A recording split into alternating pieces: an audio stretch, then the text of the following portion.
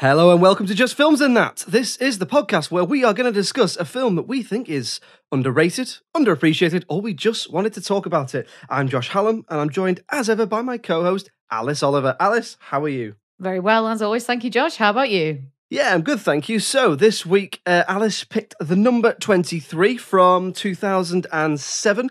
So spoiler warnings if you've not seen it. So let's get into it.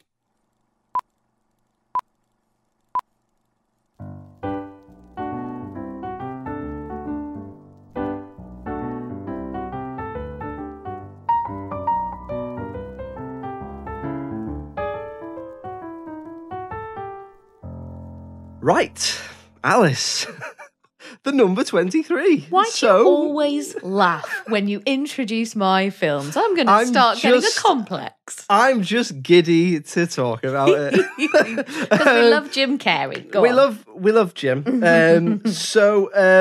Alice, the number 23, what's it about and why did you pick it?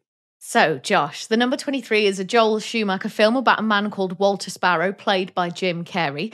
He's an animal control officer. He's a bit unsatisfied with life, a bit bored, and is kind of just waiting for something to happen, really. His wife, Agatha, comes across a book called The Number 23 by Top Secrets and gives it to Walter to read.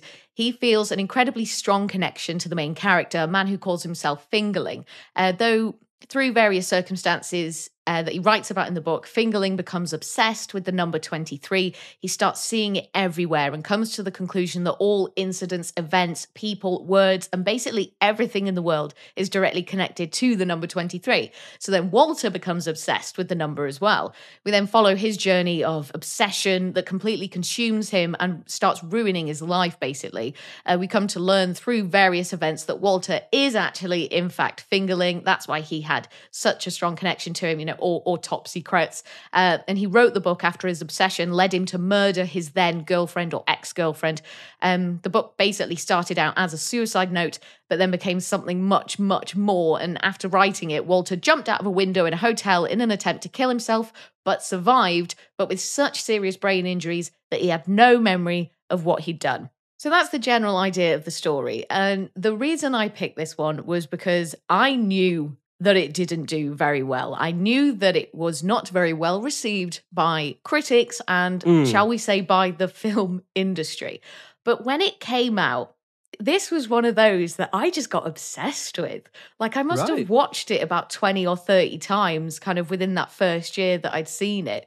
It reminded me a little bit of kind of the butterfly effect. Like, it had that sort of, that same energy, like when you're a teenager and it's just, it's something a bit different and it's a bit dark and it's a bit angsty. sexy. It's angsty, isn't it? Exactly. Yeah. So I just kind of connected to it, really, and I really liked it. I really liked seeing Jim Carrey in this way. I hadn't seen too much of him like that. Obviously, we get him in The Truman Show where he's playing a slightly more serious character. But other than that, it's Ace Ventura, it's The Mask, it's these big, comical, like farcical characters that he's playing. Speaking of the butterfly effect as well, I'm pretty sure that the guy who plays young Evan is Jim Carrey or Walter Sparrow's son in the number 23 as well. So a little bit of a connection there. I guess he was quite busy at the time. What about you? Had you seen this one? Is this one that you were familiar with?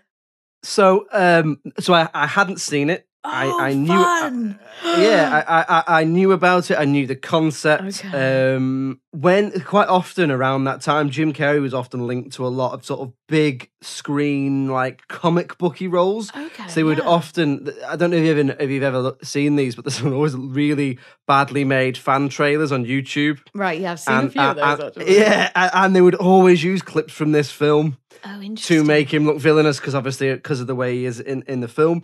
Obviously, I was quite keen to watch it, really. I was quite intrigued, because, like, as I say, I knew the concept and we hadn't done a Jim Carrey film yet. So when you picked this, you were quite sort of like, you were laughing. So why were you laughing? Was it because you thought I'd hate it?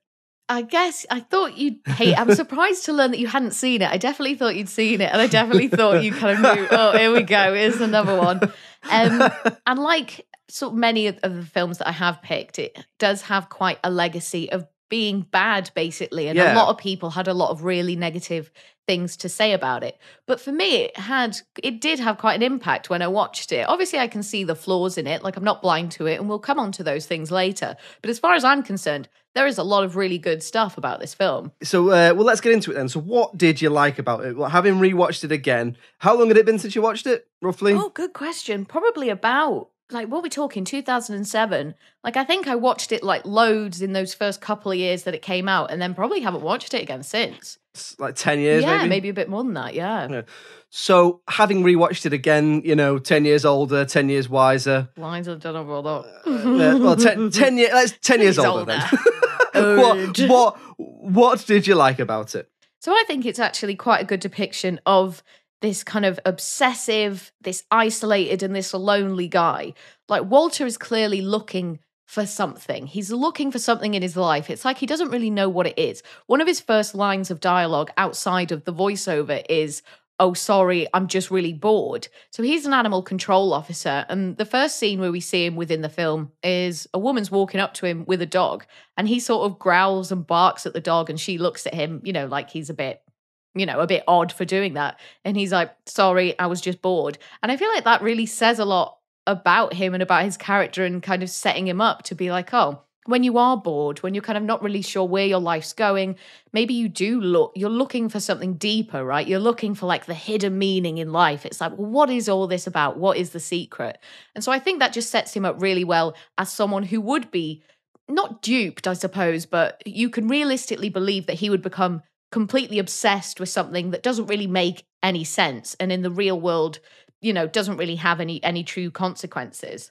So I really like the way it looks. I thought aesthetically it was really interesting. Obviously, you've got the more kind of real life stuff that is just Walter's life with his family. But when we're thinking flashbacks, or when he's thinking about passages in the book, it takes on a very kind of noir style. And interesting that you said there that people on YouTube use clips from this for comic book, kind of fake comic book trailers, because it is a little bit like that as well. It's kind of got a bit of a comic book-esque feel, especially when we're looking at these flashbacks. Keep calling them flashbacks. They're not really flashbacks. They're like reimaginings, aren't they? Because even though we find out that these things did happen to Walter, he doesn't know that they've happened to him yet. So it's more of an imagining. He's kind of reimagining his past as if he doesn't remember it.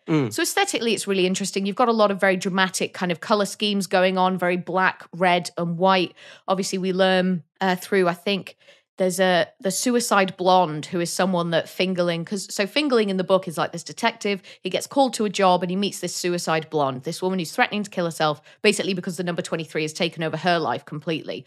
And we learn that red and white both correlate to 23 for some reason, like the way that the colors are made or something. So then you get a lot of that. And I feel like you get a lot of this throughout. There's obviously a lot of style choices, a lot of aesthetic choices, a lot of prop choices to reinforce this idea that the number 23 is everywhere. And everywhere you look in the film, there it is. So I really appreciate the amount of work that's gone into that. So I do like Jim Carrey's performance. I think he does a really good job. And I did see that a lot of the critics disagree, basically. But I think he did a good job. And I think you're still getting a lot of Jim Carrey in it. Because Walter Sparrow is just kind of like this sort of sarky dad who does a lot of bad dad jokes and stuff. And you see a lot of Jim Carrey's kind of not normal energy, but I suppose what you're used to Jim Carrey being in his bigger films. Yeah. And you do get that. So it still grounds you. It's like, this isn't Jim Carrey trying to do something that's completely beyond his capabilities. And he mixes the two really well, of being this kind of like serious, obsessive, this isolated man with this kind of goofy dad. So I really liked his performance. I thought most of the performances really were fine. You've got his immediate family. I thought they were all great, and sort of a few side characters. And really, for the most part, I just like the way the film's put together. You've got this mix of storytelling, a first-person storytelling, where you've got Walter's voiceover. So you're getting some of the narrative from there. He's kind of leading you along with that. You've then got, the real world, which is his real life, and then this kind of flashback made up world that he's getting within the book. So you're getting sort of three different layers to it. And I thought they all came together quite nicely. I thought just the whole aesthetic, like I said, the design of it and the way the story is told, I really enjoyed. And I loved the way it progressed. And it all felt Like, it felt dramatic where it needed to be dramatic. It was a little bit violent where it needed to be violent. And the way overall the story was told and progressed, I was really satisfied with until a certain point. But we'll come on to that in a little bit. So, Josh, what were some of the things that you liked about this film, if anything? I've got fingers crossed that you'll find a few things. So, yeah, I mean, a lot of the stuff that I liked was similar to what you've just said. I thought it had a really interesting mix of sort of genres. There's almost like a dark fairy tale element. So when he reads the book, he imagines the book, doesn't he, with himself and all his family and friends fulfilling the characters in the books, playing the characters in the books. So I really enjoyed that sort of element of it. The fact that it moves from a sort of the real world to a dark fairy tale to a pulpy film noir detective novel, like you've already said. Really enjoyed the device of him putting himself and the people from his life into the book. I thought there was some good moments of suspense towards the end, some good ominous moments, keeps you guessing. Again, similar to what you said, a really interesting use of colour throughout the film, a lot of playing around with light and dark and sort of murky grey and dark colours with really vivid reds and stuff in there.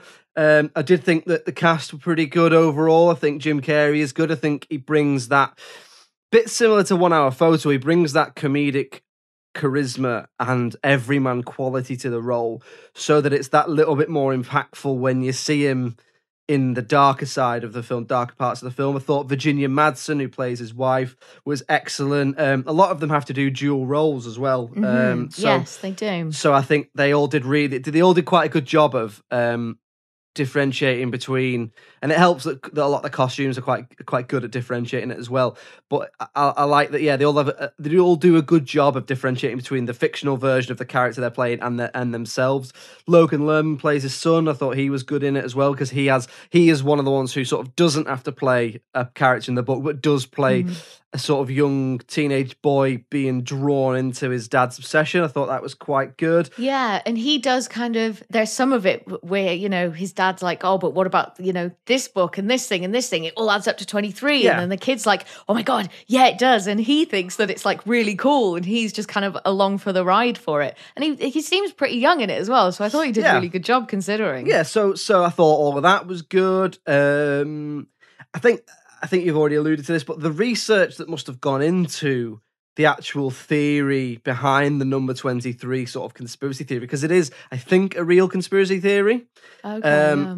So obviously, even like the opening titles, it starts with loads of facts about the number 23, and as I'm sure, obviously, there's some element of just being able to look it up or whatever, but I do think they do a really good job of weaving this almost trying to create this slightly credible, sort of quite viable myth, this legend around the number 23 throughout the plot. I thought that was quite interesting. I mean, we'll come on to some of the more not far-fetched sides, but we'll come on to some element of the scripts in a bit. But yeah, I think there is stuff to like in it. I think there's certainly some good ideas. The execution, I think we can come on to. But sorry, what were you going to say then? Sorry. I think as well it does do quite a good job of drawing you into that obsession, and it's kind of like it lets the audience know how easily you can become obsessed with something. And if you're looking for the thing to get obsessed with, it's like if you're looking for signs, if you're looking for signs from the universe or whatever, if you want to believe it, it's that thing of wanting to believe it, and then you do believe it. So I watched this film on the 31st of August, right? And 31 minus 8 is, Josh? Is it 23? Yeah, exactly. Right. You see? And it's just because obviously when I see this for the first time, I was like, every time I looked at the clock afterwards, it was 23 minutes past 11 or whatever.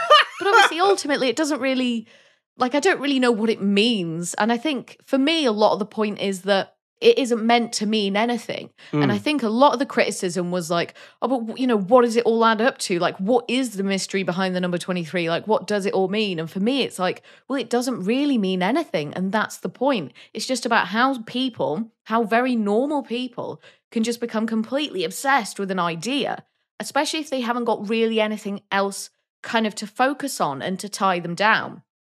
Walter's not unhappy in his life. Like, he seems to love his wife and he loves his kid, but he knows that there's something missing, or he feels like there's something missing. And then obviously at the end of the film, you kind of realize, oh, it's because he was a whole other person before, and he had this whole other life. And, you know, he loved someone and then he murdered her, and he had this horrendous trauma. He went to kill himself and that was unsuccessful. And now he's living a different life. So it kind of makes sense. He's looking for that final piece of himself. And I just enjoyed the ride, really. And I did quite like him as a character. So do you think that the film is more... Did you take from it more that it's a comment on boredom and sort of, like you say, filling what feels like an empty life with something like this, and becoming obsessed with something in order to just fill your life with meaning, sort of thing? Is that sort of what you took from it? I think so. And I think because when I watched it when I was younger, it was more supernatural, I suppose. Like, I was taking a more supernatural look at it. And it's like, oh, but what does this mean? And what if everything is connected? And what if everything is about the number 23? And it's like, well, but now I'm like, I don't really feel like it is about that. It is just more about human obsession. Like you alluded to then, like 1 Hour Photo, like feeling kind of isolated within yourself, to the point where then you obsess about things that are external to you and that are nothing to do with you. Like, he's not obsessing over his looks or his marriage or his career or, you know, his housing situation. He's obsessing over something that is completely separate from him. And again, similar to 1 Hour Photo, you know, there's this big comedic actor taking on a very different role. I just thought it was pretty good. Okay, well, let's move on to talking about things that we perhaps didn't like about the film or that we would change. Is there anything huge for you, Alice, or are you sort of a big advocate for the film and you're very much in its corner? Can't I be both? There was a moment that kind of lost me, basically, and it was kind of very jarring, and I sort of fell out of the film a little bit. So they're on a mission. I think they're trying to find out. So Walter, Agatha, and their son, they're trying to find out, I think, who wrote the book. And they sort of follow a couple of leads, and basically it leads them to what I think is kind of like a packaging depot or like a delivery place. And there's a man in there who they think is top secrets. They think he's the author of the book. So they just walk him, see him, and top secrets goes, "You're meant to be dead." And he sort of runs to the back of the store and then slits his throat with a screwdriver. And I was like, hang on a minute. Come on. Like, unless you think you're looking at the devil, or, you know, unless you've like seen like a poltergeist or something, I don't know. It just totally threw me out of the film. I was like, that's a real big reaction, considering we don't have enough information to justify why that would happen. And I just don't think it would happen. And obviously I don't know what's going on in that guy's head. But it was just such a huge moment, and it just felt so out of place for a guy to just slit his own throat with a screwdriver. It just didn't feel it didn't feel kind of natural within the world of the film that they'd already built and given what we knew so far. Do you know what I mean? So that just kind of threw me out of it. And then from there, I did feel a little bit disengaged. So up until that point, I was really enjoying it. And I was like, oh, this is actually quite good. I can totally see the value in it. And then at that point, I was like, oh, it just kind of threw me out a little bit. I did sort of come in and out of it again. And then when you get to the moment where we're seeing Walter in the past in the hotel room, and then again in the future in the hotel room, and he's scrawled the final page of the book all over the walls of this hotel, so then he's pulling down the wallpaper to see it. That's all very dramatic and great, and sort of I did enjoy that build up, but it just kind of it sort of stopped making as much sense, I think, from that point onwards. Another thing, sort of technically, there was a few slow motion shots that were just a bit like, not necessary. Like, they happened and I was like, oh, I can see what you're doing. Like, you're trying to be dramatic, but it just kind of came across as cheesy. And I just didn't think it was necessary at all. There were very few instances, I think, where slow motion is acceptable. And most of the time, it's when cool guys are walking away from explosions. And this just wasn't one of those moments. So again, that was just something. The other thing as well is, and I don't know if this was answered in the film, and maybe you can answer this for me, and maybe it was just something that I missed, but when and how did the book get published? Was it his doctor who like found his notes and then decided to publish it? And if so, why? Like some of that I was still a bit unclear on. Yeah, so that's one of my notes. I had to Google that. And I think it's not clear enough how that is how the book gets published. I think it's meant to be that the doctor who they find in the PO box place, who then slits his own throat, is one of the doctors who treated him in the sort of hospital, and then he is meant to become obsessed with the same thing, find the manuscript / suicide note, and publish it. I think that's what it is, but that's one of my main problems is that it's stuff like that isn't clear enough, so it loses its impact. Yeah. Well, those were the main things for me. What about you? You? So I think that there is an idea there, but it almost lacks in a bit of plot. I think there's an idea, but it's a bit messy. Basically, I think that it doesn't always make loads of sense. I don't think it's clear enough why he's obsessed. I actually didn't think of it the way that you mentioned it before, which is he almost gets sucked into it out of feeling like a piece of himself was missing, a piece of himself is not there, or that he's bored. If it is that, I think that's quite an interesting sort of idea to explore, and I don't think it's obvious enough that it is that. I think there's a little bit of elements of it's hard to follow. Now, a lot of this you could explain away by saying it's supposed to capture mania. So if that's what it is, then that's fine. But for me, I thought it was a bit messy. So it's a little bit hard to follow at times. I thought that there's bits where he seems to have an internal monologue as himself and an internal monologue as the character. And then as it goes on, it becomes less and less clear what is which version of himself. Whether that's because the whole thing is that it's the same guy, then that's fair enough, but I didn't quite get that. The whole idea of the number 23 I like, but it's a lot of babbled garbage. Do you know what I mean? I think there's a lot of finding 23 and nothing. The whole colour thing, it doesn't make sense. It's almost like they over-egg the pudding a little bit with the number 23. So they start... The opening titles, I think, are really interesting when they start finding things and listing statistics about the number 23. Yeah. And then as it goes on, it becomes more and more. And it's not even that it's far-fetched. It's that they just bombard you with statistics. And you just, I found it like it ground me down a little bit. And I spent more time going, wait, what? And then I'd miss a bit of the film. So I think, and again, whether that's supposed to capture his obsession, fair enough. But I didn't get that. I just felt like it was the script just throwing ideas at you. So eventually the dialogue just becomes characters listing things that add up to 23, and it's a bit like, I get it, I get your point, I do understand it, because if you're gonna literally, if you can plus or minus or times or divide any number that's even slightly to do with something, you will find it, won't you? Well, yeah. Exactly. You could, and that idea that we mentioned before of if you're looking for something, you'll always find it, is really interesting. But I think there's better ways of going about it, because it almost paints him as if he's right and everyone's wrong. Everyone else is wrong, even. But and it sort of is that. But if that's the case, I think more people around him need to be commenting on, showing resistance to him, so that when it ultimately is shown that he is right, then it's more impactful. I think there was elements of the script as well as the whole 23 thing that were a little bit cheesy. Some of the dialogue, I can forgive the bits of film of the sort of noir bits for being cheesy. I think that might be the point, but there's other bits that there are that are a little bit cheesy for me. I felt like you could see the twist coming. Like as soon as it started, I was just like, well, it's him, isn't it?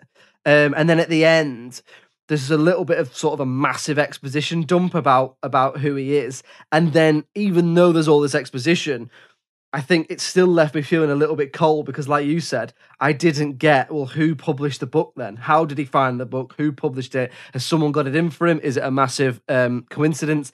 As it happens, it is sort of a bit of both, but it's mainly that his wife just finds the book and it is a huge coincidence. So I think I found myself asking a little bit of sort of what's the point, but not it was entertaining in parts, and I'll absolutely accept that. I just think that it's almost a bit of wasted potential, and it's funny because we said that about Just My Luck, and I don't think many people will will compare Just My Luck and the number 23. Also, this is what we're it's what we're about. Also, I have to say, Top Secrets, are you taking the piss? That's for the teenagers in the audience. It is. And do you know what? I remember this coming out and being at school and loads of people really liking it who were around my age. So maybe that's the audience.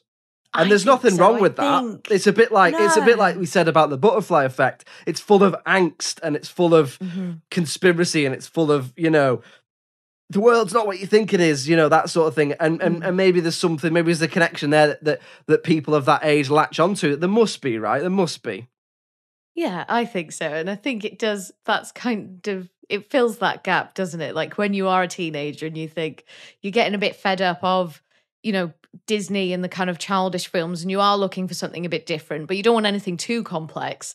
And this just kind of worked. And it just, for me, it did give me a lot of the same vibes as the Butterfly Effect. I know they're not necessarily comparable films, but they've got that sort of thriller element to them, that sort of not everything is as it seems sort of thing.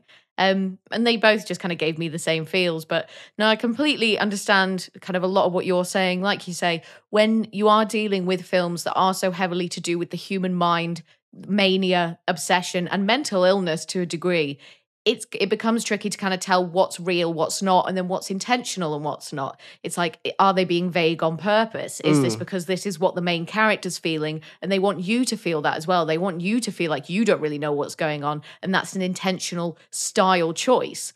Or have they just forgot to fill in the blanks? And that's it. And I think if you really like the film, you probably forgive it that and take it for what we've just said then. Or if you don't, it's the sort of film that it's its own worst enemy because you can't help but find flaws with it because of the very idea of the plot. It's there, it's like anything with time travel almost. It's like you can either execute it and it's brilliant or you don't and it's just full of holes.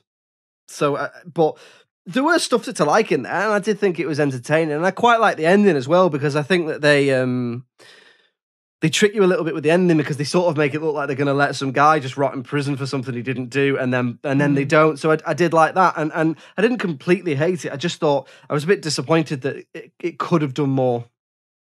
There you go, guys. He didn't completely hate it. That's good enough for me. I can go away happy. So we'll move on to my favourite bit of the podcast. Can't wait for this bit. Where we talk about the critical reception of the film. So, first of all, Josh, give me a ballpark figure. What are you thinking? I would like to know what you would give it, but also then really what you think it got. If you're thinking kind of like out of 10 IMDb wise, out of 100 Rotten Tomatoes wise. What would I give it? What would you? What would I give it? Probably, Josh Howell. Probably. Maybe like a 3 or a 4 out of 10. Oh, I'll be generous and say, and I'll say, let's say 3.5. Okay. Right. So you're laughing already. Go on. How do I think it did? With the critics? No, well, probably not well. But I almost think it's one of those ones that's not for the critics, and I think that it probably did pretty well with the audience. Okay, so I think it probably balances out. Like quite middle of the road, maybe slightly more generous than that. So go on. Okay. So at the time of recording on IMDb, it got 6.4. Oh. That's all right. Yeah. Now, on Rotten Tomatoes, the audience gave it 56%. And then the critics gave it, and this is the reason I picked this film, 8%. Wow. 8% the critics gave it on Rotten Tomatoes. So 0.8 out of 10. Yeah. They said it was clumsy. They said it was unengaging. They said it was mostly confusing. One said that Jim Carrey was miscast. Do any of them say like it's not the butterfly effect? It's not the butterfly effect. It's not Ace Ventura, is it? No, it's not. It's not the cable guy. It's not the Polar Express, is it? No, it's not. Someone described it as utter trash. That's harsh. It's just there's a lot of it's, you know what, there's a lot of really mean things that people have said about that. And I knew, once I thought, oh, maybe I'll do number 23. And then it's like, well, let's have a look. Let's see if it actually is underrated. I had a pretty strong feeling that it would be. And when I see that 8%, I was like, I've absolutely got to talk about this. It's not 8% bad, and I'm not having that. Even you with your 3.5 were miles more generous. Yeah, and let I have to say 8% is harsh. So for me, 8. I mean, that must be the biggest gulf between audience and critics we've had. What's that like? Minimum of 50% difference or something like that. Something like that. So that's huge. That's a huge difference. So I mean, for me, I don't mind putting my cards on the table. I think critically that probably is underrated. I didn't particularly love the film. I thought there was stuff in there. There was some entertaining bits, but that's way too harsh for me. Yeah, and it's definitely too harsh for me. And I think it ignores all the good stuff there is about it. And I really liked what you said earlier about it being a grim fairy tale. Yeah, it is. Some of it does look like that. And I hadn't really thought of it in that way. But obviously the lead character is called Fingerling, which is a very kind of fairy tale, name and stuff. So yeah, for me, definitely underrated. I agree. So there we go. The number 23 sliding on into the underrated vault. I'm quite surprised, actually. Well, I think because the critic score was so low. 8%. 8%. You couldn't have gone. Do you know what I mean? Is that the worst critic score we've ever had? Is that lower than Speed? Speed 2 was 6. Oh, was it? I think. No, I get confused. I forget whether Speed 2 was 6 or 16. Well, 16. Number 23, y'all can get cozy up in there with Speed 2.